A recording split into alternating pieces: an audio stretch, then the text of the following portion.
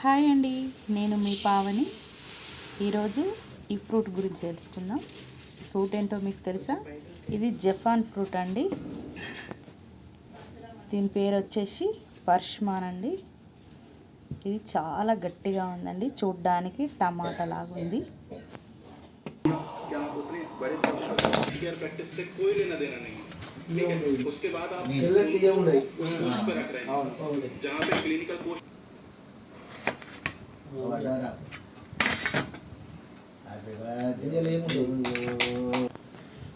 పైనేమో టమాటాలా ఉంది, లోపలేమో యాపిల్లా ఉందండి, గట్టిగా ఉంది. ఇంక ఇది కొంచెం దూరగానే ఉందండి. ఇది ఇంకా పండుతుంది, పండితే చాలా స్వీట్గా ఉంటుంది. సేమ్ మ్యాంగో ఉన్నట్టు ఉంటుంది.